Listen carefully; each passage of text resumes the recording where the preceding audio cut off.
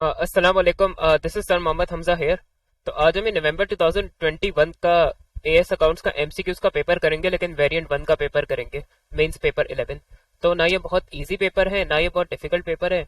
अगर आपने प्रैक्टिस अच्छी की हुई, प्रिपरेशन अच्छी है, तो आप इसमें अच्छा परफॉर्मेंस देके ए ग्रेड ले सकते हैं। और उसका थ्रेशोल्ड लो भी बनाता तो उसमें ए ग्रेड लेना इतना मुश्किल नहीं होता। ऑल द पेपर इतना डिफिकल्ट नहीं है, लेकिन स्टिल इसका नवंबर में थ्रेशोल्ड लो बनाता। तो अब हम इस पेपर को स्टार्ट करते हैं।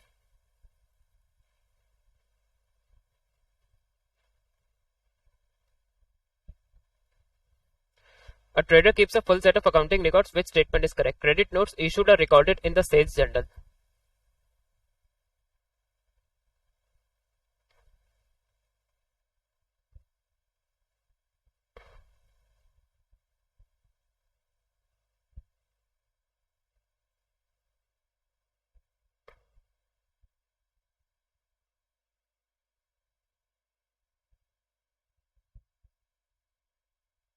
तो देखो कह रहे कि credit notes issued are recorded in the sales journal.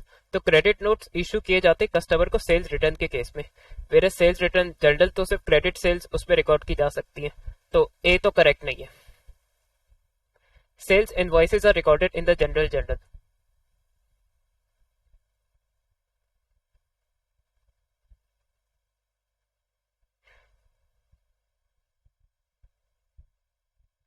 देखिए सेल्स इनवॉइसेस क्रेडिट सेल्स होती, credit sales are recorded in sales journal only, they are not recorded in general journal. तो बी भी गलत होगा। The sales account is kept in the general ledger. हाँ, हम general ledger में sales का एक टी अकाउंट प्रिपेयर करते हैं, तो सेल्स का टी अकाउंट तो बनता है, तो सी हो सकता है। The sales journal is prepared from entries in the sales ledger. नहीं, पहले सेल्स जर्नल बनता है, उसके बाद सेल्स लेजर के अकाउंट्स बनते हैं, तो इसलिए डी भी नहीं होगा। तो इसका करेक्ट आंसर ऑप्शन सी होगा।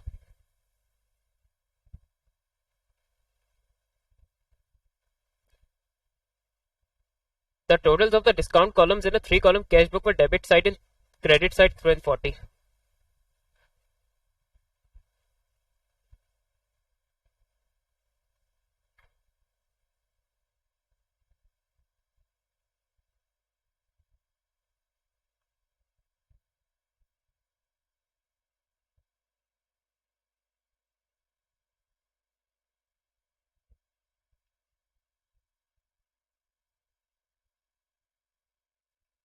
तो देखिए कैश बुक पे जो डेबिट डेबिट साइड में डिस्काउंट का कॉलम होता है वो डिस्काउंट अलाउड का होता है, जो क्रेडिट साइड में कॉलम होता है वो डिस्काउंट रिसीव का होता है। तो कैश बुक के जरिए हम डिस्काउंट्स कैलकुलेट कर लेते दोनों अलाउड और रिसीव। और डिस्काउंट अलाउड एक्सपेंस होता है तो वो डेबिट होगा अपने अकाउंट में। डिस्काउंट रिसीव इनकम होती है तो वो क्रेडिट होगी अपने अकाउंट में। तो डिस्काउंट अलाउड तो डिस्काउंट अलाउड डेबिट साइड पे 320, तो डिस्काउंट अलाउड की अमाउंट 320 होगी। और क्रेडिट साइड में 140, तो डिस्काउंट रिसीव की अमाउंट 140 होगी। तो डिस्काउंट अलाउड अपने अकाउंट में 320 से डेबिट हो जाएगा, डिस्काउंट रिसीव अपने अकाउंट में 140 से क्रेडिट हो जाएगा। तो इसका आंसर बी होगा।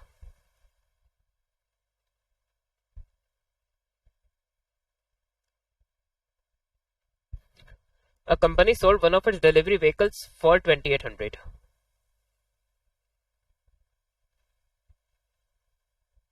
for 2800 after 2 years of use. The original cost of the vehicle was 6500. The company depreciates its vehicle at 30% per annum using the RPM. What is the profit or loss on disposal? तो वो कह रहा है कि हमने 2 साल के लिए यूज किया, तो हमें अगर इसका गेन है लॉस ऑन डिस्पोजल निकालना है तो पहले हमारे पास इसकी नेटबुक वैल्यू होनी चाहिए। और इवन अगर आप टी अकाउंट के जरिए इसका गेन लॉस एंड डिस्पोजल निकालना चाहते हैं तो उसके लिए आपके पास इसकी एक्यूमुलेटेड डेप्रिसिएशन होना चाहिए। तो डेप्रिसिएशन तो आपको दोनों केसेस में कैलकुलेट करनी पड़ेगी। तो सबसे पहले ईयर 1 की डेप्रिसिएशन निकाल लेते हैं।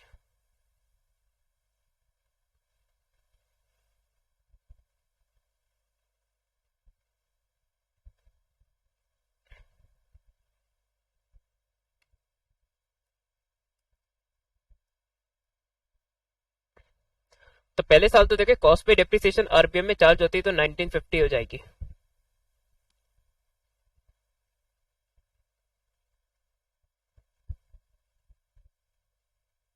ईयर 2 में हम कॉस्ट माइनस डेप्रिसिएशन करेंगे तो हमारे पास नेटबुक वैल्यू आ जाएगी। तो अगर हम 6500 में से 1950 माइनस करते तो हमारी नेटबुक वैल्यू 44550 है।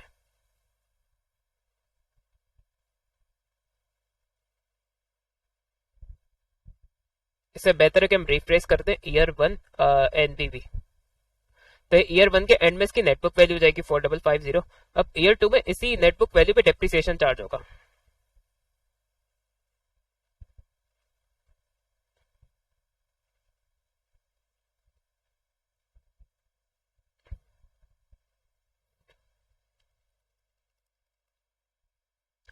तो ये होगा 1365।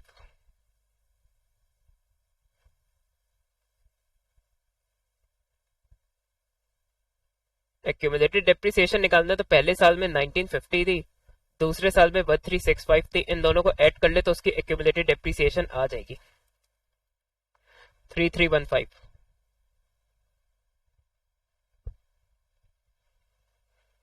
अब हम इसकी नेटबुक वैल्यू निकाल सकते हैं ईयर 2।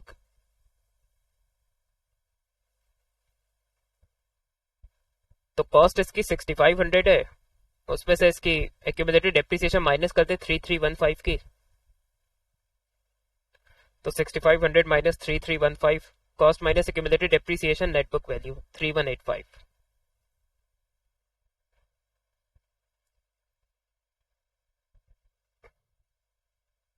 तो अब इसके प्रोसीड जो है वो 2800 है।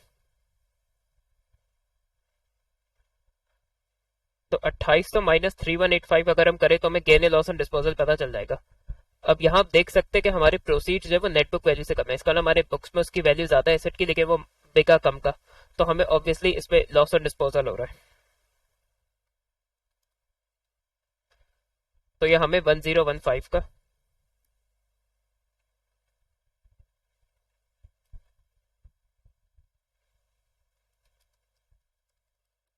तो हमें ये 385 का लॉस हो रहा है।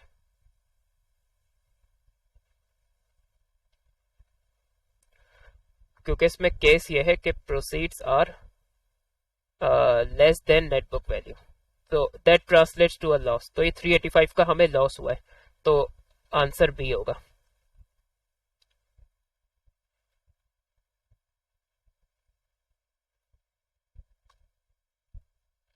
A trader depreciates loose tools using the revaluation method. Which account is credited at the end of the year to record depreciation on loose tools? तो जिन एसेट्स पे हम रिवैल्यूएशन मेथड से डेप्रिसिएशन चार्ज करते हैं उसमें कॉस्ट और accumulated depreciation के account अलग अलग नहीं बनते, बल्कि हम सिंपली इसका एक नेटबुक वैल्यू अकाउंट बना लेते हैं और उसमें ही डिफरेंस के जरिए डेप्रिसिएशन निकाल लेते हैं।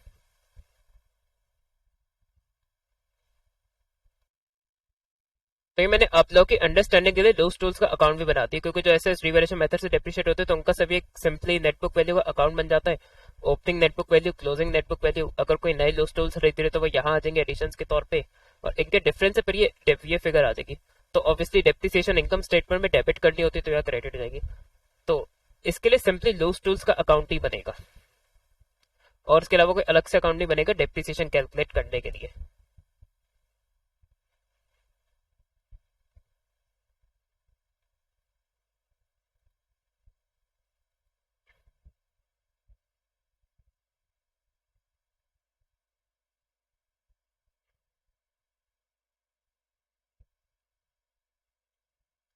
A business sold one of its non-current assets. The following information relates to this asset: purchase price, depreciation to date of sale. इसका मतलब ये कॉस्ट है और ये एक्यूमुलेटेड डेप्रिसिएशन है, और सेल प्राइस इसका नॉन करेंट एसेट बिका कितने का। तो वो कह रहे हैं what was the effect of this transaction on the net assets in the year of sale, on the net assets. तो net assets is another word for equity, और इक्विटी या तो एसेट्स माइनस लायबिलिटीज से आती है,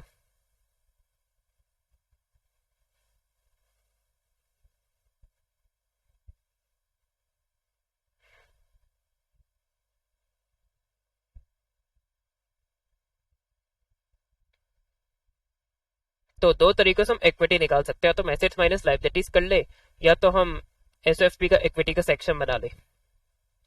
तो हमें ऐसा बताना कि इस ट्रांजैक्शन का नेट एसेट्स पे अफेक्ट क्या है।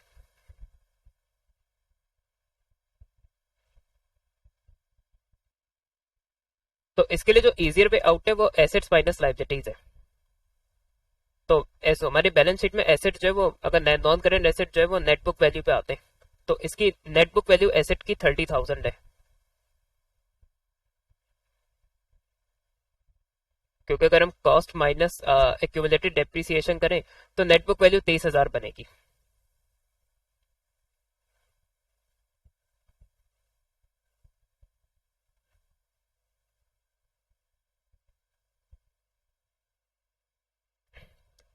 तो हमारे नॉन करेंट एसेट्स तो डिक्रीज होंगे 30,000 से, लेकिन अदर हैंड हम उस एसेट को बेच के 60,000 रिसीव करें तो इससे हमारा कैश एट बैंक भी इंप्रूव, तो कैश एट बैंक 60,000 से इंप्रूव होगा।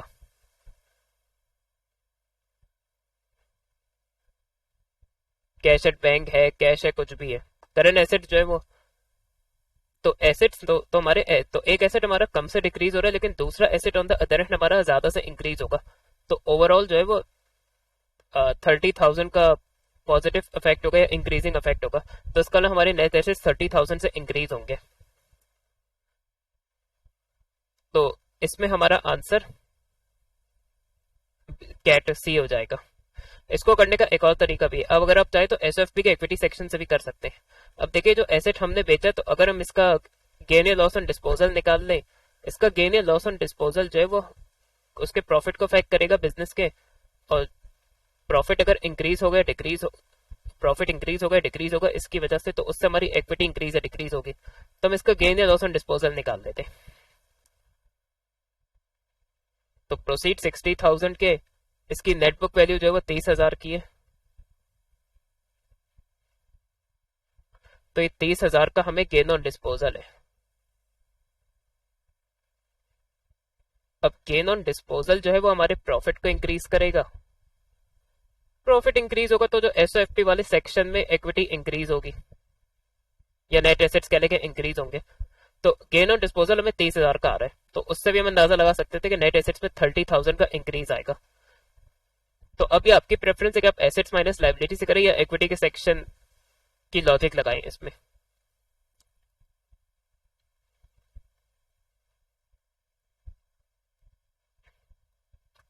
Which items will be found on the credit side of a sales ledger control account? On the credit side, तो अलाउंस फॉर इररिकवरेबल डेट, ये तो provision for doubtful debt है जो कि account receivable में आता ही नहीं है, उसके अकाउंट में नहीं आता। तो जिस ऑप्शन में जिन आंसर ऑप्शंस में वन है उनको आप एलिमिनेट कर देंगे। अब 2 और 3 सी और डी बच गए। तो कॉन्ट्रा हाँ क्रेडिट साइड में ही आता है। इररिकवरेबल डेट क्रेडिट साइड में ही आती है, अकाउंट रिसीवेबल में या सेल्स लेजर कंट्रोल अकाउंट में। Refunds to customers who have overpaid, तो किसी कस्टमर ने सपोज करे हमें 1,000 पे करने थे, लेकिन उसने 1,500 पे कर दिया, तो हमें 500 उसको रिफंड कर रहे हैं, तो इसकी वजह से ऑब्वियसली हमारा बैंक क्रेडिट होगा।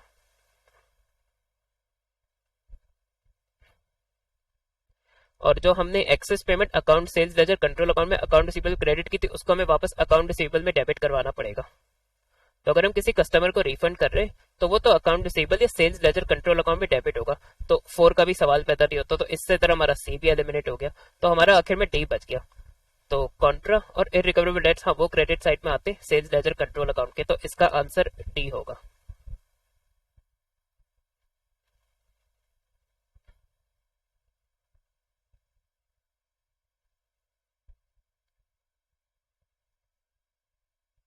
अब business omitted discount from A trial balance, इसका मतलब हमने अकाउंट से ही बनाया था, हमने उसको ट्रायल बैलेंस में एरर किया कि उसको लिया नहीं, तो ये पोस्टिंग एरर होता है।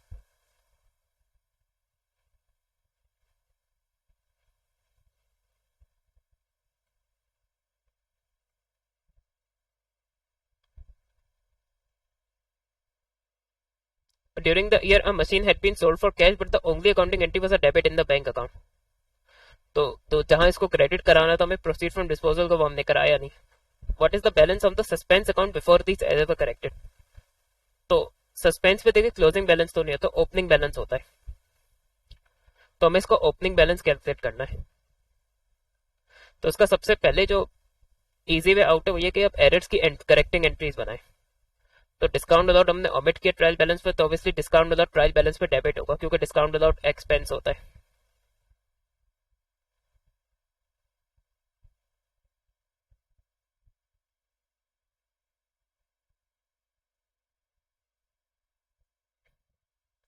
लेकिन देखिए कि आप ये पोस्टिंग एरर है, तो इसमें ये होता है कि हमने अकाउंट तो सही बनाया, तो उसकी अकाउंटिंग सही थी, हमने ट्रायल बैलेंस में या तो उसे ले जाना भूल गए या वहां हमने उसको गलत पोस्ट किया। तो डिस्काउंट अलाउड में तो कोई गलती नहीं है। तो इस एमसीक्यू में अगर आपको ना भी पता हो तो कोई फर्क नहीं पड़ेगा, लेकिन कुछ एमसीक्यूज स्पेशली पुराने पेपर्स में ऐसे भी पूछे थे जिसमें उसने पोस्टिंग एरर की एक करेक्टिंग एंट्री पूछी थी। तो पोस्टिंग एरर की करेक्टिंग एंट्री बनाने का तरीका है कि आप नॉर्मली इसी तरह एंट्री बनाए जिस तरह मैंने बनाई है, और फिर आप इस पे जो वो अकाउंट वाली एंट्री है ना, टी अकाउंट वाली, जैसे इस पे डिस्काउंट विदाउट की एंट्री, उसको आप कैंसिल कर दें, क्योंकि गलती डिस्काउंट विदाउट के अकाउंट में नहीं है। तो इस पे से वन साइडेड एंट्री बनती है। लेकिन ये वन साइडेड एंट्री भी हमें सस्पेंस की अगर सही बनानी तो पहले हम नॉर्मल तरीके से एंट्री बनाए, उसके बाद जो दूसरे अकाउंट की एंट्री है ना सस्पेंस के अलावा, उसको आप इस पे से कट कर दिया, एलिमिनेट कर दे, तो सिर्फ सस्पेंस क्रेडिट होगा 700 से for this posting error during the year. तो ये सब मैंने आपको आपकी नॉलेज के लिए बता दिया कि पोस्टिंग एरर की करेक्शन कैसे होती है। तो हमने बैंक में प्रोसीड्स को डेबिट करा दिया, तो प्रोसीड्स आपके क्रेडिट होते हैं डिस्पोजल अकाउंट में।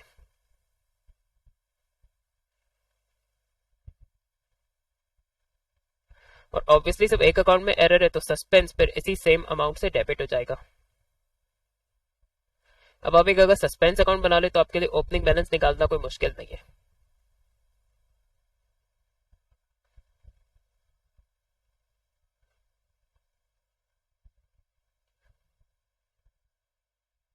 तो ये पहला एरर है जो कि जिसकी वजह सस्पेंस क्रेडिट हो रहा है, ये है डिस्काउंट अलाउड की वजह से।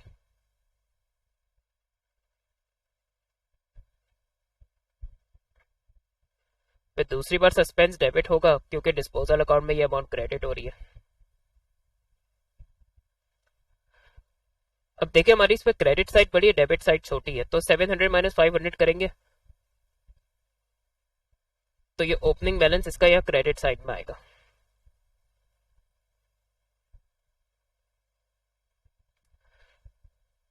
तो इसका डेबिट, तो ये डिफरेंस है डेबिट साइड में आ रहा है, तो इसका डेबिट बैलेंस होगा, तो 200 डेबिट इसका आंसर होगा, तो इसका आंसर ए होगा।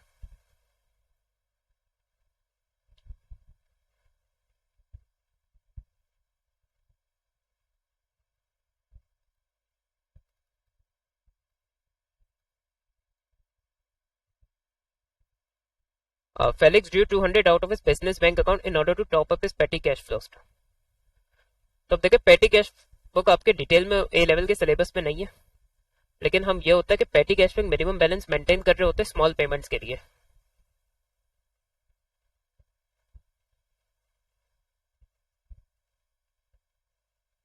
तो कुछ बिजनेसेस छोटी पेमेंट्स के लिए पेटी कैश बुक मेंटेन कर रहे होते हैं, तो वो पेटी कैश बुक में स्मॉल पेमेंट्स के लिए एक मिनिमम बैलेंस मेंटेन करते हैं।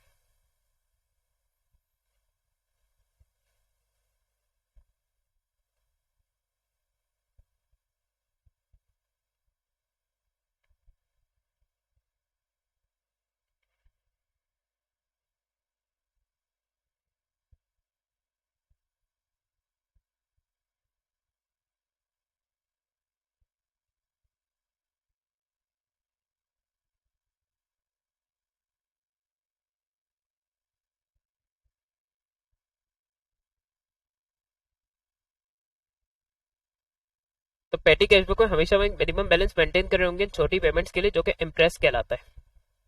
और इसके लिए हम अपने मेन बैंक अकाउंट यूज कर रहे होंगे, तो हम बैंक अकाउंट से अक्सर बेचते हैं। जब पेटी कैश में अगर बैलेंस कम हो जाएगा उस मिनिमम अमाउंट से, तो हम बैंक अकाउंट से पेटी कैश बुक में कुछ अमाउंट रिस्टोर कर देंगे, तो हम रिस्टोर कर देंगे ताकि वो अपने मिनिमम बैलेंस पे आ जाए पेटी कैश बुक। तो हमने बिजनेस बैंक अकाउंट से 200 की ये पेमेंट करी पेटी कैश के बैलेंस, मिनिमम बैलेंस को रिस्टोर करने के लिए। When recording this transaction in his cash book he reverse the entries. तो क्योंकि पेटी कैश की पेमेंट हमारे बैंक बैलेंस को डिक्रीज करेगी, तो उसमें से ये माइनस होनी चाहिए थी, लेकिन उसने रिवर्स कर दी, तो इसका मतलब उसने ये ऐड करवा दिया 200। Despite this error the bank balance showing in his cash book was equal to the balance of his bank statement. लेकिन इस भंड के बावजूद कैश बुक का बैलेंस इक्वल आ रहा है बैंक स्टेटमेंट के। तो अगर हमें एक पेमेंट जिसे माइनस करना चाहिए था, जिसे क्रेडिट करना चाहिए था, उसे ऐड करवा दिया रिवर्स करने की वजह से, तो इसका एक मतलब है कि हमारा cash at bank over stated है। तो अब कैश बुक और बैंक स्टेटमेंट तभी इक्वल हो सकते हैं जब बैंक स्टेटमेंट भी ओवर स्टेटेड हो। तो how was this possible? There was a uncredited deposit, अगर हम अनक्रेडिटेड डिपॉजिट जो है वो बैंक स्टेटमेंट में, अगर अनक्रेडिटेड डिपॉजिट है तो उसका मतलब बैंक में डिपॉजिट ऐड नहीं करवाया बैंक स्टेटमेंट के बैलेंस में, तो उससे तो बैंक स्टेटमेंट का बैलेंस कम हो जाएगा और फिर चांसेस है कि वो कैश बुक के बैलेंस के इक्वल नहीं आएगा।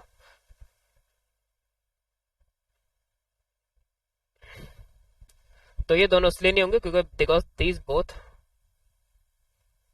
Will understate bank statement.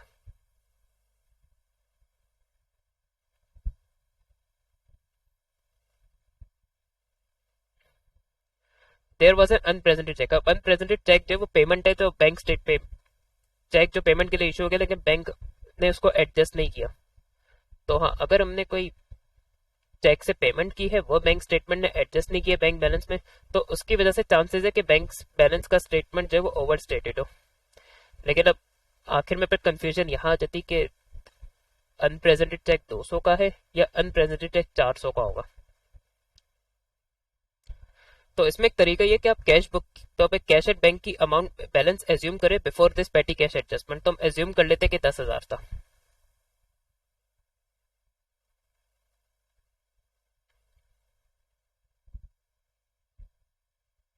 सही है, एक करेक्ट के कॉलम में भी हम 10,000 एज्यूम कर लेते। तो 10,000 में से देखिएगा मैं 200 पेटी कैश के माइनस करता तो मेरा सिंपली आंसर 9,800 होना चाहिए था, लेकिन मैंने रिवर्स कर दिया तो इसका मतलब मैंने 200 ऐड कर दिया होगा। तो अब मेरा जो रॉन्ग बैलेंस है वो 10,200 होगा। तो आप देखें इस एरर की वजह से कितने से ओवरस्टेट हो रहा है।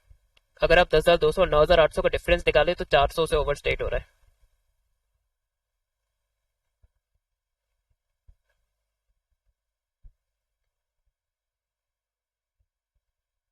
तो अगर मेरा कैश एट बैंक जो है वो 400 से ओवरस्टेट हो रहा है इस एरर की वजह से, तो प्रोबेबली बैंक स्टेटमेंट भी इसी सेम अमाउंट से ओवरस्टेट हो रहा होगा जब भी दोनों मैच कर रहे हैं। तो इसका आंसर डी होगा।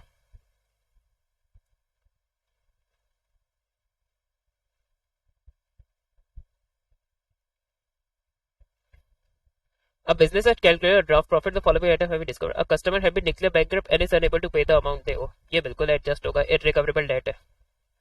Unsold goods or sale or return basis have been included.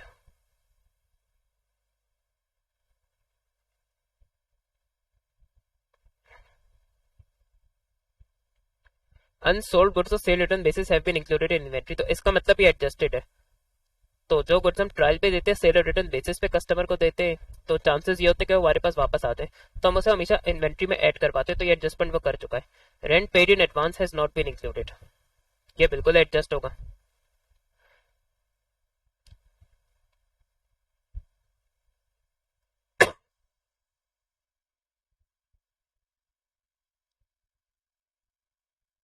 तो तो हमारा एक्सपेंस ओवर स्टेट होगा क्योंकि हमने उसमें से प्रीपेमेंट माइनस थी, तो प्रॉफिट अंडर स्टेट हो, ये एडजस्ट होना चाहिए। तो ओनर्स कैश ड्राइंग्स, तो गुड्स की ड्राइंग्स इनकम प्रॉफिट पे एडजस्ट होती है इनकम स्टेटमेंट में, कैश की ड्राइंग्स इनकम स्टेटमेंट में नहीं एडजस्ट होती। तो 4 तो इररेलेवेंट है, तो जिस जिस पे 4 आप उसको एलिमिनेट करते हैं और जिस जिस पे 2 होगा आप उसे भी एलिमिनेट कर सकते हैं। तो हमारा बचा ही 1 और 3। 1 इररिकवरेबल डेट है, 3 जो है वो अनएडजस्टेड प्रीपेड प्रीपेमेंट है, तो इसका आंसर बी होगा।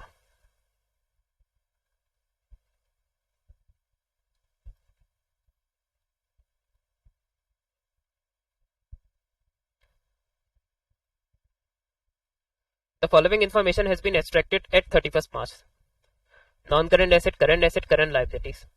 तो अगर ये 31st और उसने पूछा कि कैपिटल अकाउंट का क्लोजिंग बैलेंस क्लोजिंग कैपिटल क्या है, तो अगर ये ईयर एंड की बैलेंस शीट है तो इसका मतलब ये एसेट्स और लाइबिलिटीज जो है वो ईयर एंड के। प्रॉफिट फॉर द ईयर और ड्राइंग दिया हुआ है। अब इस पे देखिए इक्विटी निकालने के दो तरीके, या तो एसेट्स माइनस लाइबिलिटीज कर ले या इक्विटी का सेक्शन यूज कर ले स्टेटमेंट ऑफ फाइनेंशियल पोजीशन का। लेकिन अब इस पे एक प्रॉब्लम है, अगर हम इक्विटी का सेक्शन यूज करते हैं स्टेटमेंट ऑफ फाइनेंशियल पोजीशन का,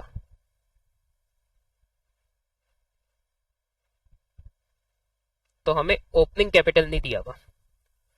तो ये इक्विटी वाला सेक्शन हम तब यूज कर सकते थे अगर उसने हमें ओपनिंग कैपिटल प्रोवाइड किया होता। वेयर एक और तरीका ये कि हम एसेट्स माइनस लाइबिलिटीज कर ले, तो एसेट्स माइनस लाइबिलिटीज के लिए देखिए उसने आपको कंप्लीट डेटा दिया हुआ है। तो हम उसमें कैपिटल जो है closing capital assets minus liability से निकालेंगे।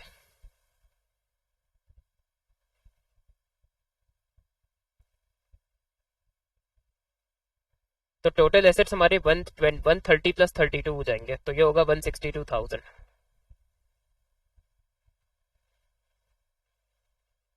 तो ये 130 प्लस 32 है। टोटल लाइबिलिटीज भी आप लोग निकाल ले।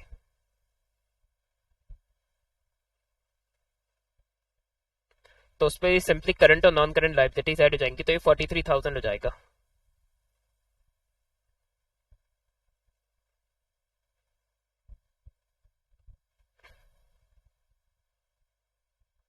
तो capital is equal to assets minus liabilities होता है। अगर हम अकाउंटिंग इक्वेशन में सब्जेक्ट कैपिटल को बनाते तो 162 माइनस 43 से हमारी क्लोजिंग इक्विटी आ जाएगी विच इज 119,000। तो इसका आंसर बी होगा।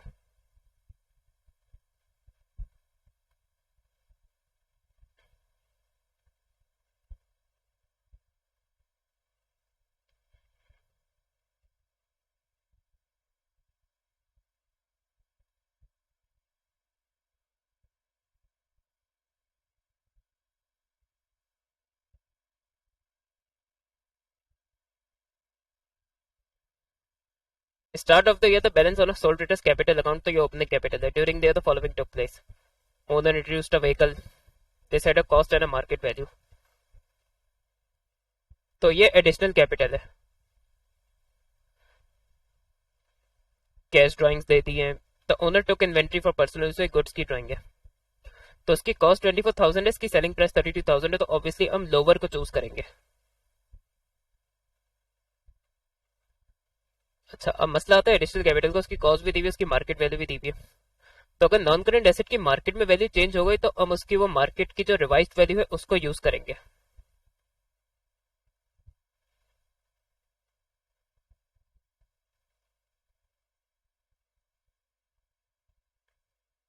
After recording these and profit for the year the closing balance on the capital account was. तो यानी एडिशनल कैपिटल और ड्राइंग्स को एडजस्ट करने के बाद प्रॉफिट फॉर द ईयर लेने के बाद हमारा पर क्लोजिंग कैपिटल ये आया था, तो उसने कहा प्रॉफिट फॉर द ईयर। तो यहाँ तो सारा इक्विटी का जो सेक्शन है स्टेटमेंट ऑफ फाइनेंशियल पोजीशन का उसके हिसाब से डेटा दिए हुए, तो यहाँ ऑब्वियसली हम उसको यूज करेंगे और प्रॉफिट फॉर द ईयर भी सिर्फ उसी से निकाला जा सकता है। तो ओपनिंग कैपिटल 183,000 है, एडिशनल कैपिटल 74,000 का होगा। फिर ड्राइंग्स के लिए आप 15 प्लस 24 कर ले, तो ड्राइंग्स हमारी 39,000 की हो जाएंगी।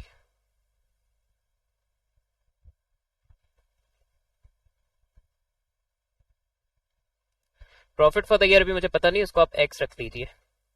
तो हमारा क्लोजिंग कैपिटल है 265,000। तो अब अगर मुझे प्रॉफिट फॉर द ईयर निकालना है तो 265,000 में 39,000 ऐड हो जाएगा, अगर हम रिवर्स पे जाएंगे 74,000 माइनस हो जाएगा और 183,000 भी माइनस होगा। तो 265 प्लस 39 माइनस 74 माइनस 183, तो हमारा प्रॉफिट फॉर द ईयर 47,000 होगा।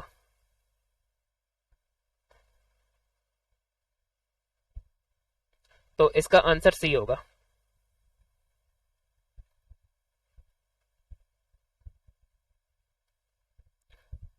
Why might a sole trader form a partnership to enable the revaluation of business assets? तो देखिए एसेट्स की रिवैल्यूएशन तो सोल ट्रेडर में भी हो, एज सोल ट्रेडर होते हुए भी वो अपने एसेट्स की रिवैल्यूएशन कर सकता है। उसके लिए पार्टनरशिप बनाना या कंपनी बनाना जरूरी नहीं है।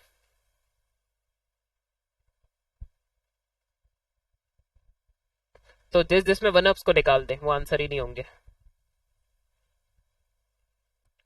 To have the protection of limited liability, ये पार्टनरशिप ये ना सोल ट्रेडर को मिलती है ना पार्टनरशिप को मिलती है। तो लिमिटेड लायबिलिटी सिर्फ लिमिटेड कंपनी में अवेलेबल होती है। टू गेन एडिशनल कैपिटल, हाँ सोल ट्रेडर पार्टनरशिप इसलिए जरूर बनाएगा कि एडिशनल फाइनेंस या एडिशनल कैपिटल आ सके बिजनेस में। तो 3 जो है वो इसका स्ट्रॉन्ग आंसर है, तो इसका आंसर सिर्फ 3 होगा। 2 भी प्रूव हो गया कि गलत है, तो इसका आंसर डी होगा सिर्फ।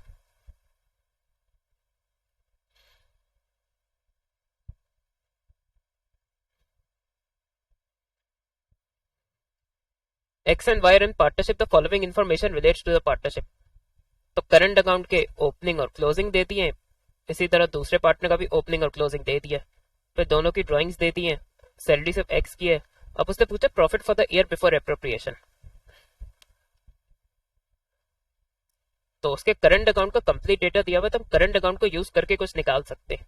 यूजुअली तो हमें करंट अकाउंट में क्लोजिंग बैलेंसेस निकालने होते हैं, लेकिन इस बार उसने ये दे दिया, तो डेफिनेटली एग्जामिनर हमसे एक्सपेक्ट करता है कि हम इस डेटा को यूज करके कुछ और कैलकुलेट करें। तो यहाँ इजी बात तो ये कि अब करंट अकाउंट बनाएं, तो हम यहाँ करंट अकाउंट बनाएंगे।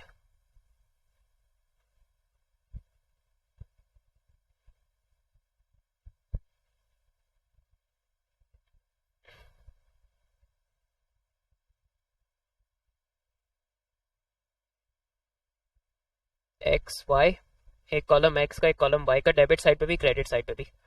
अब एक्स का ओपनिंग बैलेंस तो दोनों के क्रेडिट बैलेंसेज है।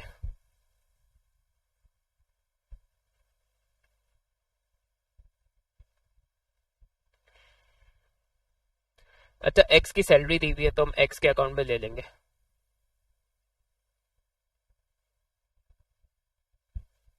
वाई की कोई सैलरी नहीं बताई भी उसने। अच्छा, यहाँ दोनों की ड्राइंग्स भी है, तो एक्स की 13,000 है, वाई की 19,000 है।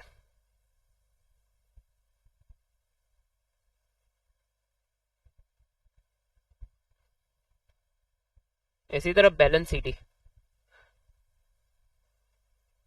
अब एक्स का जो है वो क्रेडिट बैलेंस है, ईयर एंड में वो अपोजिट साइड में आ जाएगा,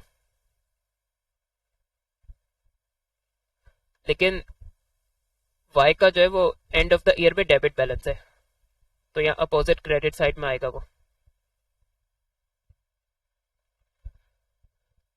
अब देखें, ऑब्वियस है कि एक्स की तो जो है वो डेबिट साइड एक्सीड करिए क्रेडिट साइड को, तो हम यहाँ डिफरेंस से फिर प्रोबेबली जो है वो शेयर ऑफ प्रॉफिट निकाल सकते हैं।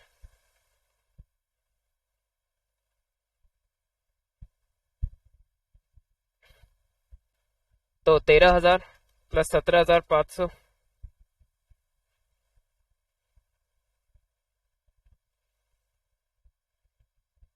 ये 30,500 हो गया। अब 30,500 में से मैं 12,500 काट 5,000 काट मतलब 5,000 काट दूं, तो 13,500 आ जाएगा। तो एक्स का शेयर ऑफ प्रॉफिट 13,500 है। इसी तो 6,000, 4,000, 19,000 को एक्सीड नहीं कर सकते, तो वाई की भी अभी डेबिट साइड पड़ी है।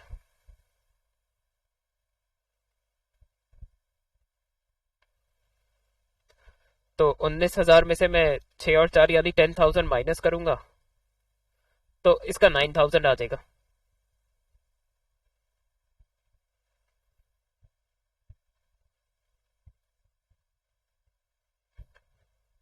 अब 13,500 और 9,000 को ऐड करें तो हमारा 22,500 आता है।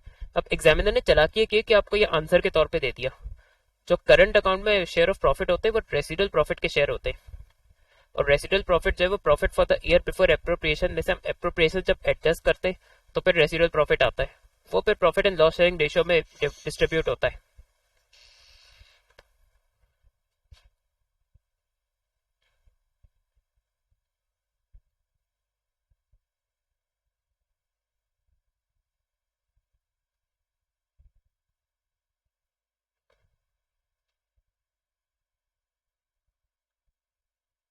तो ये जो अभी आया है ये रेसिडुअल प्रॉफिट है। 13,500 और 9,000 को कंबाइन करें तो 22,500 बनेगा। ये जो 22,500 ये इन दोनों का कॉम्बिनेशन है, 13,500 और 9,000 का। हमें चाहिए प्रॉफिट फॉर द ईयर, तो पी एफ वाई में से हमने एक्स की सैलरी माइनस की होगी, एंड एक्स सैलरी इज 5,000। उसकी वजह से रेसिडुअल प्रॉफिट हमारा 22,500 आया होगा। तो अब अगर मैं 22,500 में 5,000 ऐड करूं रिवर्स में, तो मेरा प्रॉफिट फॉर द ईयर, ये प्रॉफिट बिफोर एप्रोप्रिएशन आ जाएगा। तो ये है 27,500।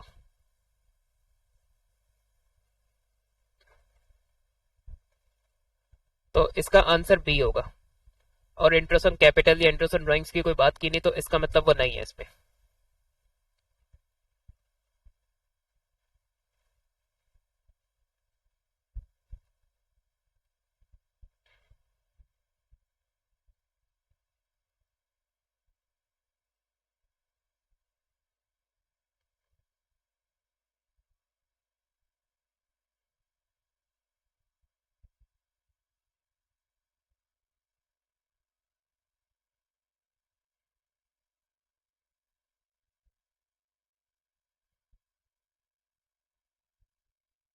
L M N are partner sharing profit and losses equally. N का कैपिटल अकाउंट ऐसा है, balance, current account, motor vehicle, bank. अब अगर ये नॉर्मल पार्टनरशिप कैपिटल अकाउंट होता तो आखिर में बैलेंस बच रहा, बैलेंस सीडी हो रहा होता, आखिर में वो बैंक की फिगर है। इसका मतलब ये पार्टनर 8,000 अपना कैपिटल जो है वापस लेके जा रहा है, तो ये अमाउंट पर बैंक में क्रेडिट हुई, इसलिए यहाँ डेबिट हुई भी है। तो अब ये या तो रिटायरमेंट के केस में होता है या डिसोल्यूशन के केस में होता है।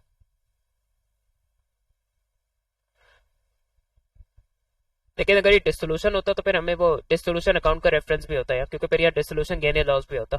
तो ये रिटायरमेंट है। रिटायरमेंट का ही पार्टनर में कैपिटल अकाउंट ऐसा बनता है रिटायरमेंट के केस में। करंट अकाउंट का बैलेंस ट्रांसफर होता है, कोई अपना एक आता है विड्रॉ कर, बिजनेस से विड्रॉ करता है, तो ये मोटर व्हीकल क्रेडिट होगी, यहाँ डेबिट हो रही है। ये बैंक में 8,000 क्रेडिट हो रहे होंगे, यहाँ डेबिट हो रहे हैं। इसका पार्टनर अपना कैपिटल वापस लेके जा रहा है। And bought a motor vehicle from the business paying 1,000। नहीं, ये जो पार्टनर के 7,000 डेबिट हो रहा है मोटर व्हीकल का, ये पार्टनर विड्रॉ कर रहा है या पार्टनर अपनी मोटर व्हीकल साथ वापस लेके जा रहा है, तो उसने परचेज तो नहीं की है। And capital account include share of the loss on disposal. नहीं, लॉस ऑन डिस्पोजल या कैपिटल अकाउंट में नहीं आता और ना यहाँ दिया हुआ है। And increase in capital by introducing a motor vehicle. अच्छा, and paying cash into the bank. तो अगर ये कैश इंट्रोड्यूस कर रहा होता बिजनेस में एडिशनल, और एडिशनल कैपिटल मोटर व्हीकल को एडिशनल कैपिटल के तौर पर इंट्रोड्यूस कर रहा होता, तो ये चीजें फिर क्रेडिट साइड में आनी चाहिए थी कैपिटल अकाउंट के।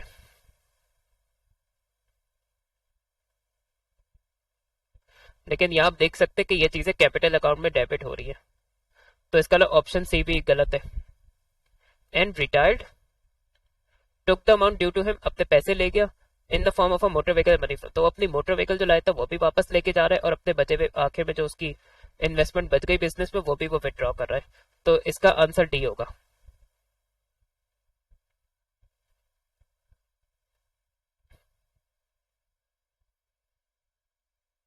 अच्छा, a shareholder sells some ordinary share for more than he paid for them. What is the effect on company statement of financial position? Share holder है तो उसका अलग, कंपनी ने पहले शेयर होल्डर को शेयर सेल किए थे, इशू किए होंगे। फिर शेयर होल्डर ने ऑन द अदर हैंड किसी और को शेयर सेल कर दिया, उसने स्टॉक एक्सचेंज में शेयर्स को जो है वापस बेच दिया।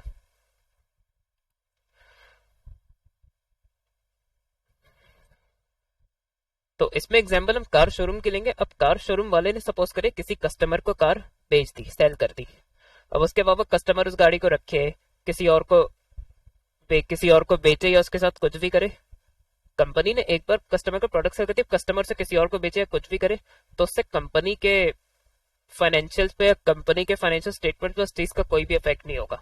हाँ, company first time shares issue कर रही होती तो फिर उसका कंपनी के इस फाइनेंशियल स्टेटमेंट्स में एसएफ पे इफेक्ट होता। तो ना कंपनी के इससे ऑर्डनरी शेयर कैपिटल में कोई इफेक्ट आएगा, ना शेयर प्रीमियम में कोई इफेक्ट आएगा। तो इसका आंसर डी होगा।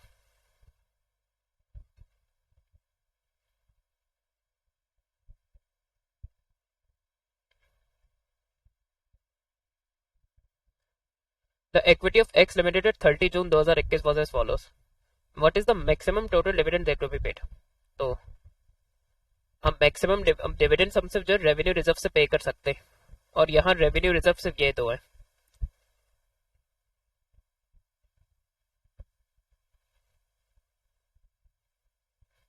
तो अगर हम 50 में 80 ऐड कर दे तो ये 130,000 हो जाएगा। क्योंकि रेवेन्यू रिजर्व प्रॉफिट से बनते हैं, तो रेवेन्यू रिजर्व से डिविडेंड पेमेंट के लिए यूज किए जा सकते। कैपिटल रिजर्व जो कि शेयर प्रीमियम और रिवैल्यूएशन रिजर्व है, वो डिविडेंड पे करने के लिए नहीं यूज हो सकते। तो 50 प्लस 80 130, तो इसका आंसर बी होगा।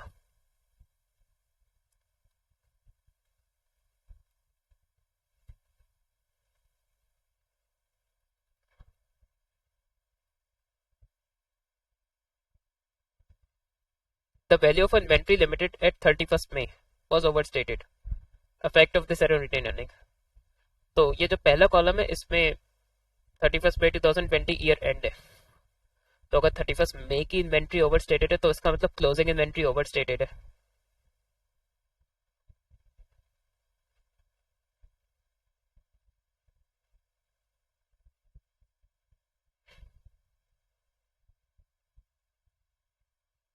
तो for 31st May 2020 closing inventory over stated है 20,000 से। क्लोजिंग इन्वेंट्री ओवर स्टेट होगी तो कॉस्ट ऑफ सेल्स कम हो जाएगा, क्योंकि क्लोजिंग इन्वेंट्री माइनस होती है कॉस्ट ऑफ सेल्स में से। उसकी वजह से हमारा प्रॉफिट जो है वो ओवर स्टेट होगा। प्रॉफिट ओवर स्टेट होगा तो रिटेन अर्निंग भी ओवर स्टेट होगा इसी 20,000 की अमाउंट से। तो रिटेन अर्निंग तो ओवर स्टेटेड होगा, तो ऑप्शन सी और डी तो यहाँ ऑलरेडी कैंसिल हो जाएंगे, वो तो होंगे ही नहीं। तो अब हमारा आंसर या तो ऑप्शन ए ऑप्शन बी में से होगा। तो चले इस पे तो बात हो गई हमारी। अब प्रॉब्लम बचती है रिटेन अर्निंग एट 31 मई 2021। अब नेक्स्ट ईयर जब हम रिटेन अर्निंग का क्लोजिंग बैलेंस कैलकुलेट करेंगे उस पे इस फंड का क्या इफेक्ट होगा।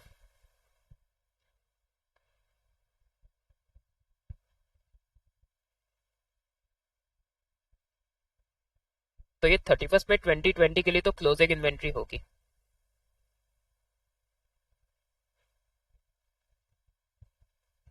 और ये फिर जो नेक्स्ट ईयर है जो कि हमारा जून 2020 से मई 2021 तक चलेगा, उसमें ये ओपनिंग इन्वेंट्री हो जाएगी। तो अब जो 31 मई 2021 है,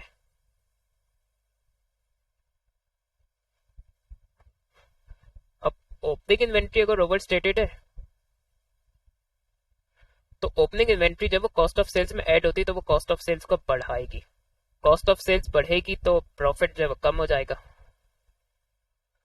20,000 से। अच्छा, और जो 2020 31 मई 2020 का रिटेन अर्निंग का क्लोजिंग बैलेंस होगा वो इसमें ओपनिंग बैलेंस बनेगा।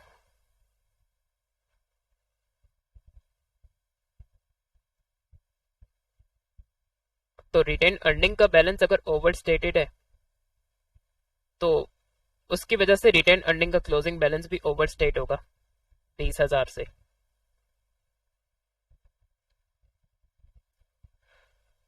तो अब एक जगह तो ओपनिंग इन्वेंट्री के तौर पे तो ट्रीट होने की वजह से जो है वो प्रॉफिट को डिक्रीज करेगी 20,000 से, लेकिन ऑन द अदर हैंड हमारा ओपनिंग बैलेंस ओवर स्टेट होगा, रिटेन ओवर स्टेटेड होगा रिटेन अर्निंग का, तो उसकी वजह से क्लोजिंग बैलेंस भी ओवर स्टेट हो जाएगा। तो 20,000 से हमारा तो पहले हमारा प्रॉफिट फॉर द ईयर तो कम हो रहा होगा 20,000 से, लेकिन ओपनिंग बैलेंस ओवर स्टेटेड होगा 20,000 से। तो रिटेन अर्निंग के एक कंपोनेंट रिटेन क्लोजिंग बैलेंस निकालते हुए एक चीज को ओवर स्टेट कर रहा है, एक चीज को अंडर स्टेट कर रहा है, तो ये एक दूसरे को कैंसिल आउट कर देंगे। तो इसका मतलब रिटेन अर्निंग का जो 2021 का क्लोजिंग बैलेंस है उस पर इस चीज का कोई इफेक्ट नहीं होगा, इसमें अलबत्ता होगा। तो इसका आंसर ए होगा।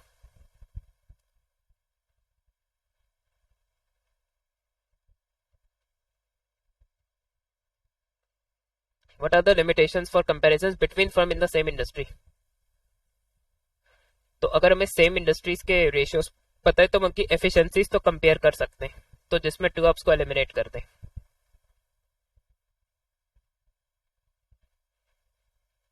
तो एफिशिएंसी रेशियो से अगर हमें दो सेम इंडस्ट्री पे कंपटीटर्स के एफिशिएंसी रेशियोज पता है तो हम एफिशिएंसी तो कंपेयर कर सकते हैं। अगर हमें दोनों इन सेम इंडस्ट्री में फर्म्स के लिक्विडिटी रेशियोज पता है तो उनकी लिक्विडिटी का भी जो है वो कंपैरिजन और असेसमेंट किया जा सकता है। तो अब आखिर में बी और डी बचता है, तो हमारा 3 तो देखिए प्रूव हो गया कि वो गलत है। डिफरेंट बिजनेसेस में डिफरेंट अकाउंटिंग पॉलिसीज, इस पे एक एग्जांपल हो सकती है कि एक फर्म जो है वो स्ट्रेट लाइन यूज कर रही है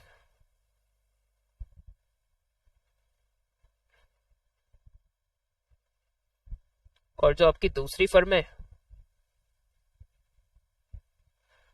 वो रिड्यूसिंग बैलेंस यूज कर रही है डेप्रिसिएशन के लिए।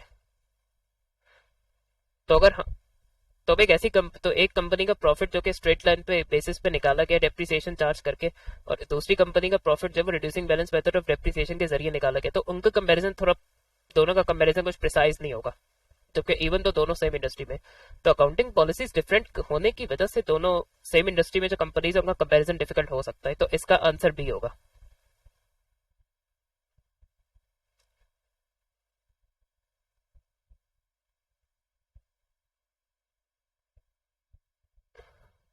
Abdul is assessing the profitability and efficiency using these figures. What is the non-current asset turnover?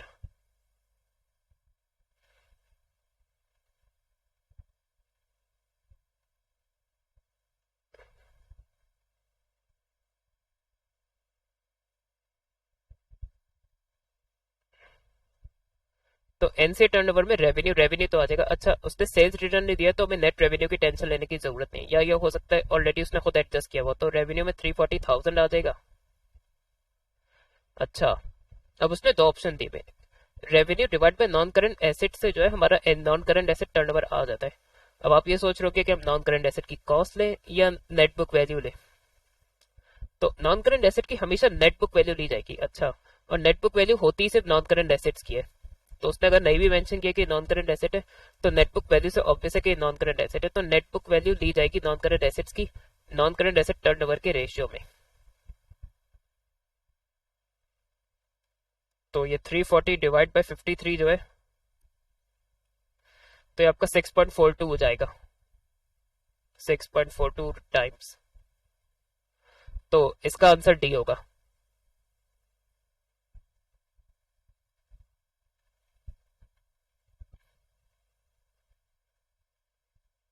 ये रूटीन सिंगल एंट्री का एमसीक्यू लग रहा है। Annual sales, gross margin, inventory turnover times में दिया हुआ है ओपनिंग इन्वेंट्री। अब देखिए उसने ग्रॉस मार्जिन दिया हुआ है, ग्रॉस मार्जिन सेल्स सेल्स पे यूज होता है।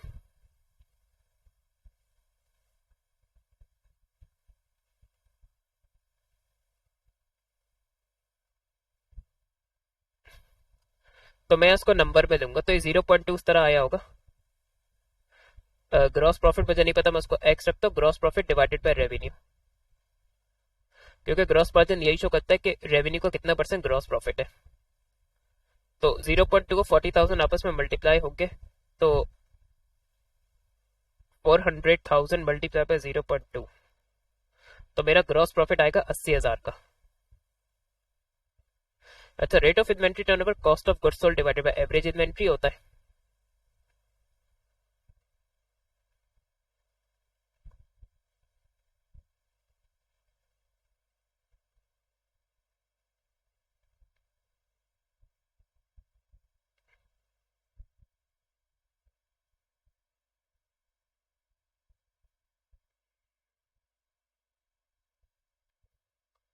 तो इसका मतलब मुझे इसके लिए कॉस्ट ऑफ सेल्स चाहिए ही चाहिए। तो अब जीपी है, जीपी इस तरह आया होगा, 80,000 is equal to 400,000 minus cost of sales. तो जिस जो इसमें जो इक्वेशन में जिस चीज सब्जेक्ट होती है उसको कोशिश करते हैं अराउंड हम इसको पॉजिटिव करें, तो ये x is equal to 400,000 minus 80,000 हो जाएगा।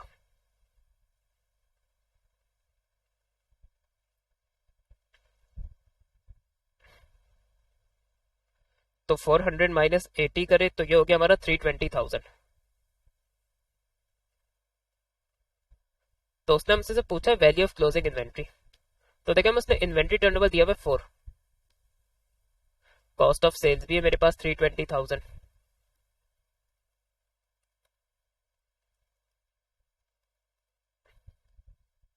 तो 320,000 कॉस्ट ऑफ सेल्स है। इसमें आता है एवरेज इन्वेंट्री, अब एवरेज इन्वेंट्री को x रख लेते हैं, तो 4x is equal to 320,000, x is equal to 320,000 divide by 4, तो इससे फिलहाल एवरेज इन्वेंट्री आ जाएगी।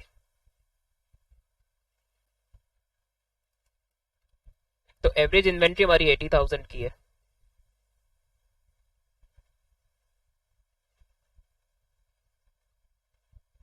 फिर एवरेज इन्वेंट्री आती है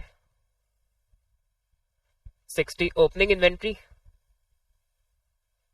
plus closing inventory divide by 2,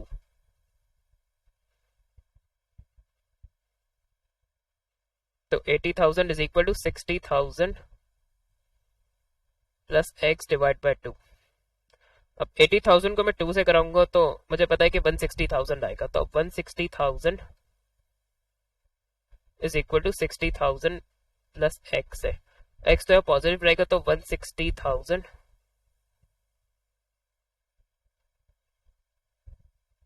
60,000 से क्लोजिंग इन्वेंट्री आ जाएगी, तो 160 माइनस 60 करूं तो 100,000 की क्लोजिंग इन्वेंट्री होगी।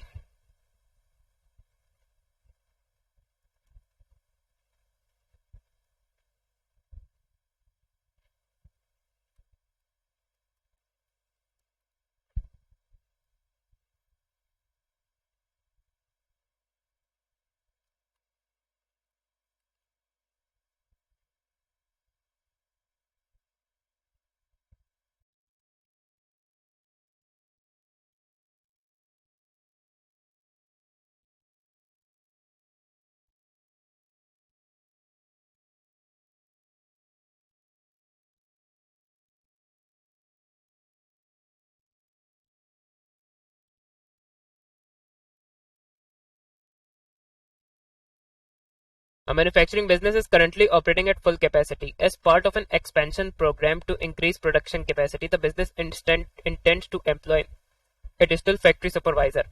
How a total supervisory class salary is classified? तो देखो सुपरवाइजर की सैलरी तो फिक्स्ड होती है.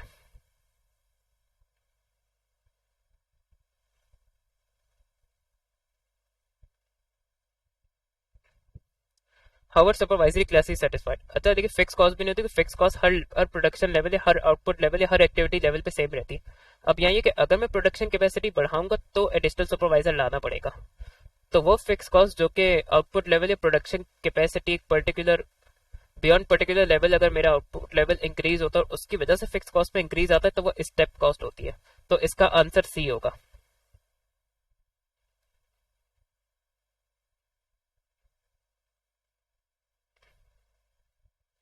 ये आपका टिपिकल हाई लो का एमसीक्यू है. अब पहले हम इस डेटा को यूज करके variable cost per unit calculate कर सकते हैं.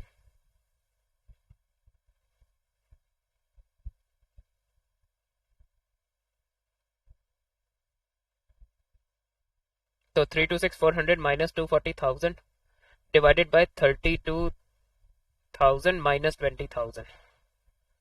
तो चेंज इन टोटल कॉस्ट जो कि सेमी वेरिएबल कॉस्ट होती है उसका दो लेवल्स पे टोटल कॉस्ट का डिफरेंस ले ले और दो आउटपुट लेवल्स का डिफरेंस ले ले तो वेरिएबल कॉस्ट पर यूनिट आ जाएगी या जो भी एक्टिविटी लेवल दिया हुआ है.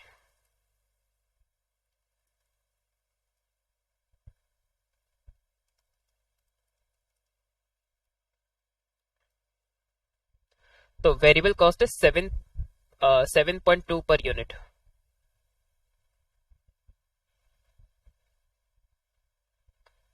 अब आपको कोई भी एक आउटपुट लेवल सिलेक्ट करना है तो मैं इसको प्रेफर करूंगा 32,000 को. तो 32,000 को अगर मैं 7.2 से कराऊं तो मुझे इस आउटपुट लेवल पे टोटल वेरिएबल कॉस्ट पता चल जाएगी. तो वो हो गया 230,400.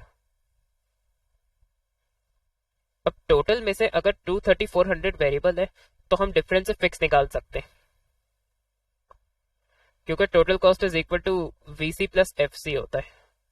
तो टीसी मेरा 326,400 है, वेरिएबल कॉस्ट मेरा 230,400 है और फिक्स कॉस्ट मुझे नहीं पता. तो अगर मैं 326,400 में से 230,400 माइनस करूं तो मेरी एफसी आ जाएगी.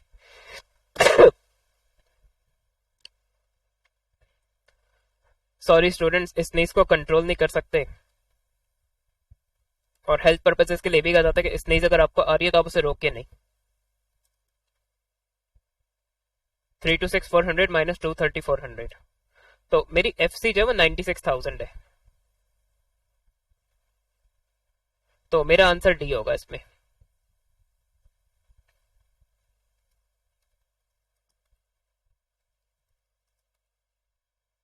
इवन आप इस आउटपुट लेवल पे भी पहले वेरिएबल कॉस्ट निकाले और टोटल वेरिएबल कॉस्ट का डिफरेंस ले ले तब भी आपका आंसर 96,000 ही आएगा.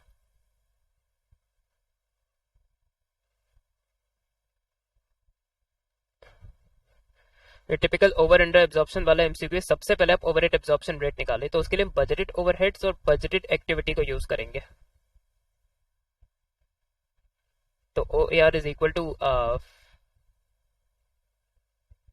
546,000 डिवाइडेड बाय 18,200. तो अगर हम 546,000 को budgeted overhead divided by budgeted activity करें तो हमारा ओवरहेड एब्जॉर्प्शन रेट आ जाएगा. तो ये होगा $30 पर लेबर आवर क्योंकि एक्टिविटीज में लेबर आवर है. तो ये स्टेप 1 हो गया. फिर इसका स्टेप 2 हम ओवरहेड एब्जॉर्ब निकालेंगे. तो ओवरहेड एब्जॉर्ब के लिए हम जो ओवरहेड एब्जॉर्प्शन रेट है उसको एक्चुअल एक्टिविटी से कराते हैं.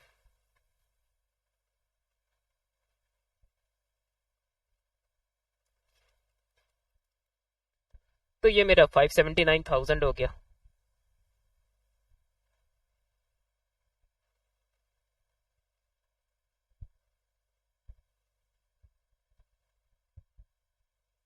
तो ये मेरा ओवरहेड एब्जॉर्ब हो गया.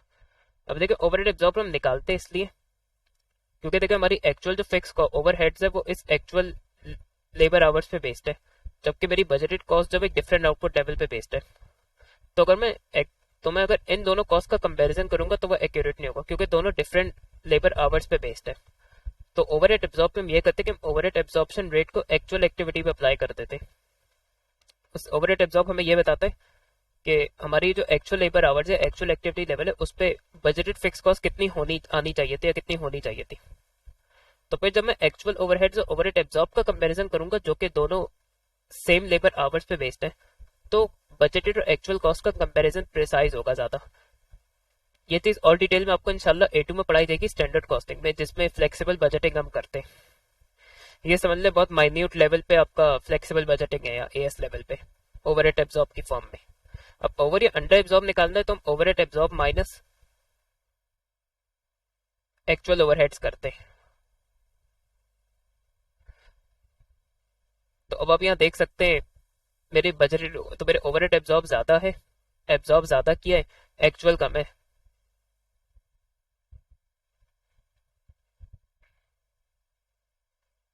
तो इसको याद रखने का आसान तरीका ये कि ओवरहेड एब्जॉर्ब जब ज्यादा होगा एक्चुअल से, तो ये ओवर एब्जॉर्ब का केस होगा, और यहाँ हो भी रहा है। ये भी आप याद रखें, अगर इसका नेगेटिव आंसर आता है तो आपका ओवरहेड एक तरह से ओवर एब्जॉर्ब हो रहा है। पॉजिटिव आंसर सॉरी आएगा तो आपका ओवर एब्जॉर्ब है, नेगेटिव आंसर अंडर एब्जॉर्ब होता है। तो ओवर एब्जॉर्ब बाय 19,000 इसका आंसर सी होगा, क्योंकि हमने बजट पे ज्यादा फिक्स कॉस्ट ली, एक्चुअल में थोड़ी कम आई, तो ये ओवर एब्जॉर्ब का केस है।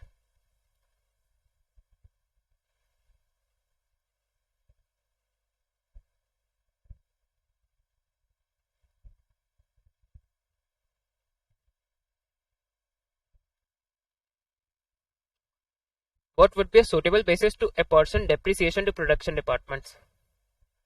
तो एक बात तो इसमें देखिए तय है कि नेट बुक वैल्यू और कॉस्ट तो हर हाल में यूज होगा, तो जिसमें 2 और 4 नहीं है उसको तब एलिमिनेट कर दें। इसमें 4 नहीं है इसलिए ये कट जाएगा,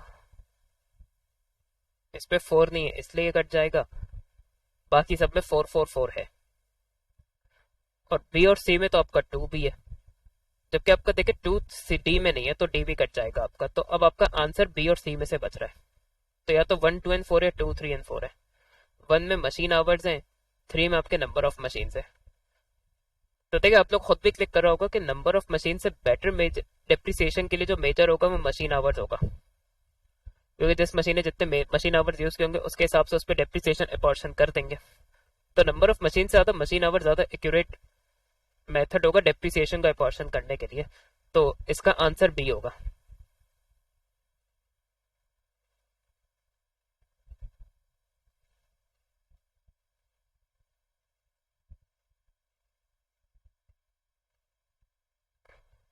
The following information is available: selling price, variable cost, budgeted break even, sales volume। तो आपको ब्रेक इवन इन यूनिट्स दे दिया उसने, sales volume, what are the fix cost. तो देखिए ये तो इररेलेवेंट है, आपको जब ब्रेक इवन इन यूनिट दिया हुआ है और आपको कंट्रीब्यूशन पर यूनिट निकालने का डेटा भी दिया हुआ है, तो फिक्स कॉस्ट निकालना तो मुश्किल नहीं है। ब्रेक इवन इन यूनिट्स का फॉर्मूला यूज होगा। तो 15,000 दिया हुआ है, अब ब्रेक इवन यूनिट्स इस तरह आया होगा कि मैंने टोटल फिक्स कॉस्ट को डिवाइड किया होगा कंट्रीब्यूशन पर यूनिट से, तो वो 6 होगा ऑब्वियसली, 10 माइनस 4। अब 15,000 को अगर मैं 6 से करा दूं तो मुझे फिक्स कॉस्ट पता चल जाएगी।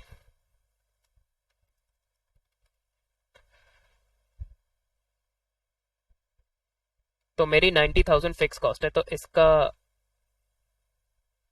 इसका आंसर डी होगा।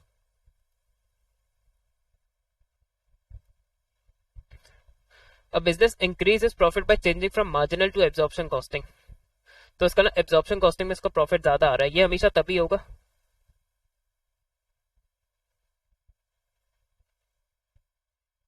या तो क्लोजिंग इन्वेंट्री है, और अगर क्लोजिंग और ओपनिंग इन्वेंट्री दोनों है तो क्लोजिंग इन्वेंट्री हमेशा ओपनिंग इन्वेंट्री से ज्यादा होगी। तो अगर ओपनिंग इन्वेंट्री से क्लोजिंग इन्वेंट्री का केस है तो उसमें आपका एक तो एब्जॉर्प्शन कॉस्टिंग का प्रॉफिट ज्यादा आएगा, दूसरा यह भी मैटर करता है कि अगर आपकी ओपनिंग इन्वेंट्री भी दी हुई है तो क्लोजिंग इन्वेंट्री ओपनिंग इन्वेंट्री से ज्यादा होनी चाहिए, तो फिर एब्जॉर्प्शन का प्रॉफिट मार्जिनल को एक्सीड करेगा। तो जिसमें भी इन दो में से कोई एक बात जो है वो प्रूफ हो रही होगी वो हमारा आंसर हो जाएगा। प्रोडक्शन एंड सेल्स में तो इन्वेंट्री नहीं बचेगी। प्रोडक्शन स्टॉप कर दी तो गुड्स नहीं बनेंगे, गुड्स नहीं बनेंगे तो इन्वेंट्री की नौबत नहीं आएगी, इसमें तो नो इन्वेंट्री होगा, तो इन्वेंट्री होगी नहीं तो फिर तो एब्जॉर्प्शन का प्रॉफिट एक्सीड नहीं कर सकता। Production was greater than sales, और जब प्रोडक्शन सपोज करें 5,000 यूनिट्स की, उसमें से बिके 4,000 यूनिट है, तो 1,000 की आपकी क्लोजिंग इन्वेंट्री बच जाएगी। और प्रोडक्शन अगर सेल से कम है तो क्लोजिंग इन्वेंट्री की नौबत नहीं आ सकती। तो क्लोजिंग इन्वेंट्री हमारी ऑप्शन सी में होगी, तो इसका आंसर सी होगा।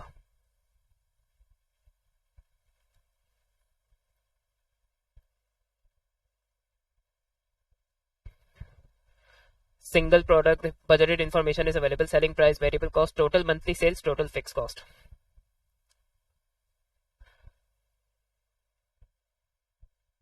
The following information is available for 1 month, इसका मतलब फिक्स कॉस्ट मंथली है। The directors are able to reduce the variable cost to 500 per unit. By how many units can budgeted sales reduce to achieve the same monthly profit? तो उसने difference पूछा है,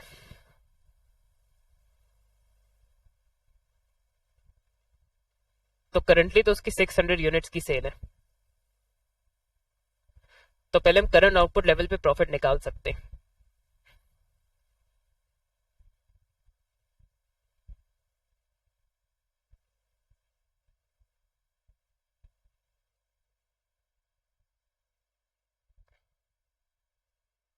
तो अगर मैं 750 में से 550 माइनस कर दूं तो मुझे कंट्रीब्यूशन पर यूनिट पता चल जाएगा, जो कि 200 का होगा।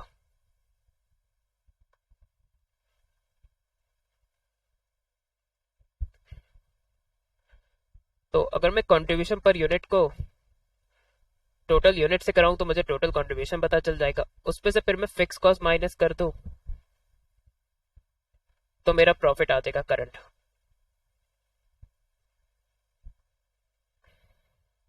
तो 200 इंटू 600 माइनस 80,000 अगर हम करें तो हमारा करंट प्रॉफिट 40,000 का है। The directors are able to reduce the variable cost to, इसका मतलब नई वेरिएबल कॉस्ट 500 होगी। तो हम पहले एक काम करते हैं, न्यू कंट्रीब्यूशन पर यूनिट निकालते हैं।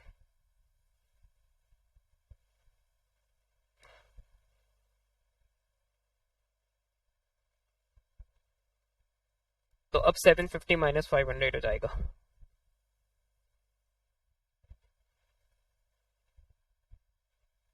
क्योंकि सेलिंग प्राइस में कोई चेंज नहीं है लेकिन वेरिएबल कॉस्ट कम हो गई। तो 750 माइनस 500 करे तो 250 बचेगा।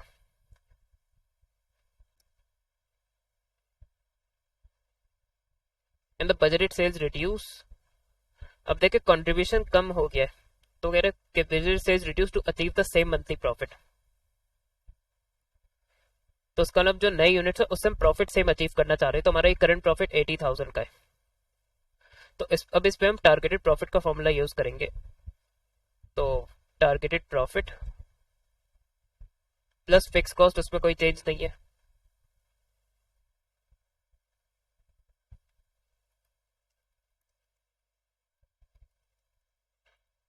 टारगेटेड तो 80,000 की फिक्स कॉस्ट है, टारगेटेड प्रॉफिट क्योंकि हम सेम प्रॉफिट अचीव करना चाहते हैं वाला तो 40,000 होगा,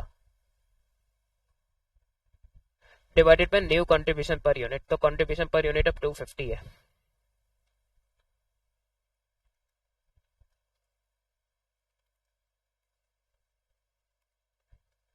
तो अब मेरे नए यूनिट्स जो है वो 480 की यूनिट्स है। तो अब जब कंट्रीब्यूशन कम हो रहा है, तो जब वेरिएबल कॉस्ट कम हो रही है तो कंट्रीब्यूशन इंक्रीज हो रहा है, कंट्रीब्यूशन इंक्रीज हो रहा है, तो वही सेम प्रॉफिट आपको लेस यूनिट्स पे अचीव हो जाएगा।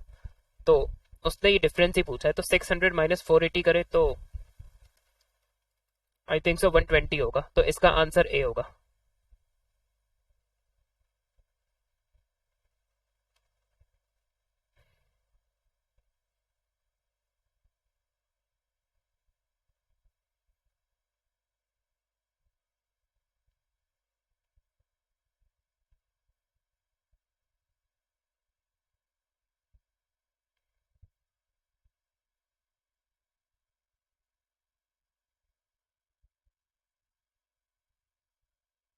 विच assumption of cost volume profit analysis is not correct.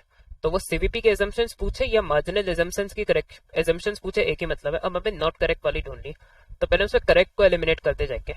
Total fix cost remain the same with in the relevant range. ये करेक्ट ये अजम्पशन होती है इसमें. Units produce and sold equal होते हैं अनलेस वो खुद का है, तो ये भी अजम्पशन होती है सीवीपी की या मार्जिनल की. सेलिंग प्राइस कांस्टेंट होना सीवीपी या मार्जिनल की, ये भी अजम्पशन होती है, तो बच्ची यही किया. तो सीवीपी की ये भी अजम्पशन होती है कि cost can not be easily divided into variable and fixed, specially if a cost is semi variable cost. तो जो नॉट करेक्ट अजम्पशन है वो ए होगी, क्योंकि सीवीपी ये अज्यूम नहीं करता कि कॉस्ट को इजीली फिक्स्ड और वेरिएबल में क्लासिफाई किया जा सकता है.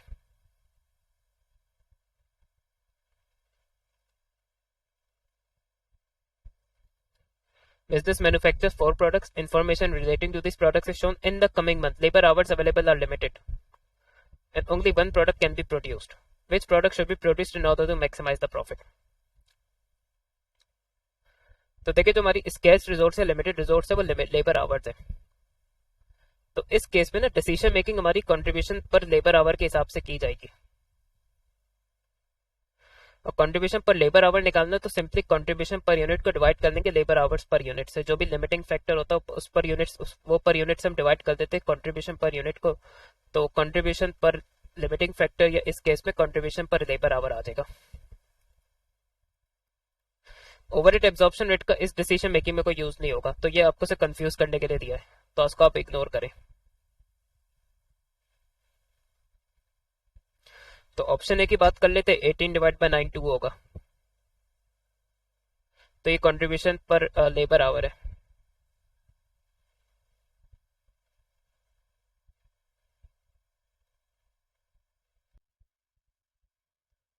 तो देखिए, मैंने 2 का 18 डिवाइड बाय 9 आ गया. अब दूसरे का भी हम निकाल सकते हैं, contribution per unit divide by labour hours per unit. 16 divide by 4 4, दूसरे का 4 आया है, विच इज 16 डिवाइड बाय 4. तीसरे का भी हम निकाल सकते हैं, 9 डिवाइडेड बाय 1.5, तो 6 होगा.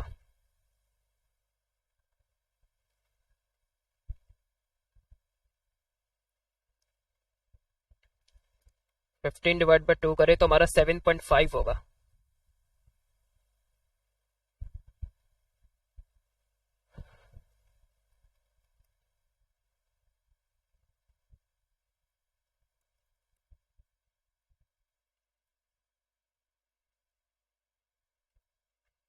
तो अब जिसका कंट्रीब्यूशन पर लेबर आवर सबसे ज्यादा होगा, इसका मतलब होगा मैं 1 घंटा प्रोडक्ट, अगर 1 घंटा पे प्रोडक्ट डी को देता हूँ जो है, तो वो 7.5 का कंट्रीब्यूशन जनरेट करेगा कंपनी के लिए. तो कंट्रीब्यूशन पर लेबर आवर जिसका सबसे ज्यादा होगा उसको हम प्रायोरिटाइज करेंगे, तो इसका आंसर डी होगा.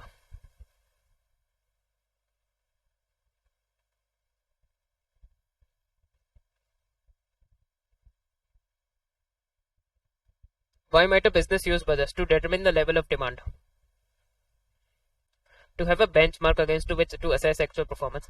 अब A2 में इंशाल्लाह आप लोग की स्टडी करेंगे कि बजट जो हम प्रिपेयर कर, जो एक तो बजट भी प्रिपेयर करेंगे A2 में, फिर एक स्टैंडर्ड कॉस्टिंग का चैप्टर भी होगा. तो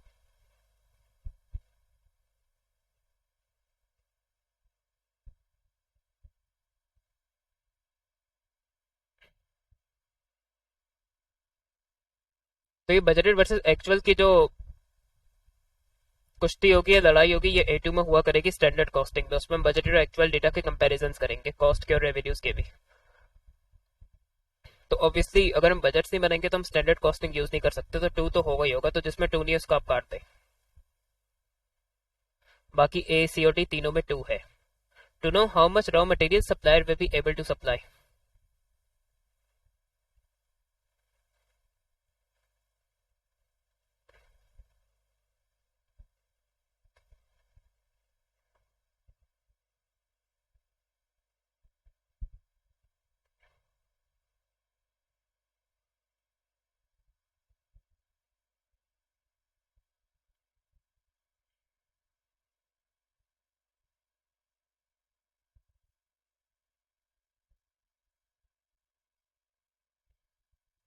अब देखिए, अगर आपको सप्लायर ने, अगर आपको पता है कि आपकी जो है वो कोई रॉ मटेरियल जो है वो लिमिटेड सप्लाई में होगा, जैसे कोविड के टाइम में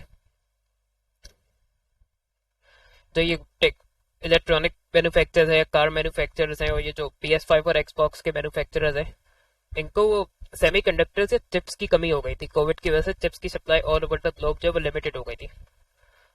तो इन सब मैन्युफैक्चरर्स को पता था कि हमारा ये एक पर्टिकुलर चीज जो वो लिमिटेड है। तो अब जब एक रॉ मटेरियल लिमिटेड है तो आपको अपनी प्रोडक्शन लिमिटेड करनी पड़ेगी। प्रोडक्शन जब आपकी रिड्यूस होगी तो आपकी सेल्स भी उसके हिसाब से कम हो जाएगी। आप प्रोडक्शन कम करें तो आप लेबर या तो कम हायर करेंगे या लेबर से कम घंटे काम करवाएंगे, तो लेबर का बजट भी इफेक्ट होगा। वो चीज आपके कैश फ्लो को भी इफेक्ट करेगी, वो चीज आपके फिर बजटेड फाइनेंशियल स्टेटमेंट्स को भी इफेक्ट करेगी। अब हो सकता है ये चीज अभी आप लोग को इतनी समझ ना आ रही हो, जब इंशाल्लाह आप लोग A2 में बजटिंग पढ़ेंगे तो बजटिंग में भी प्रोसीजर ये होता है कि सबसे पहले लिमिटिंग फैक्टर आइडेंटिफाई करना इंपॉर्टेंट होता है। अगर कोई लिमिटिंग फैक्टर नहीं फिर तो कोई मसला नहीं है, लेकिन अगर लिमिटिंग फैक्टर कोई है कि रॉ मटेरियल की सप्लाई की शॉर्ट है या कोई इशू है तो वो आपके सारे बजट्स को, जितने भी बजट प्रिपेयर करेंगे, सबको अफेक्ट करेगा। तो लिमिटिंग फैक्टर सबसे पहले आइडेंटिफाई करना बहुत इंपॉर्टेंट होता है अगर कोई है तो। एक और एग्जांपल ले लेते हैं कि 2020 में लोकस वगैरह ने क्रॉप्स को अटैक किया था तो कॉटन की सप्लाई बहुत कम हो गई थी। तो ऑब्वियसली टेक्सटाइल कंपनीज को अपनी प्रोडक्शन कम करनी पड़ी, उसकी वजह से सेल्स भी कम हुई, उसके लेबर की बजटिंग को भी इफेक्ट किया होगा कि उनसे कम घंटे काम करा रहा होगा या कम लेबर से काम करवा रहा होगा। तो लेबर कॉस्ट तो लेबर की बजटिंग भी उस चीज से अफेक्ट होगी।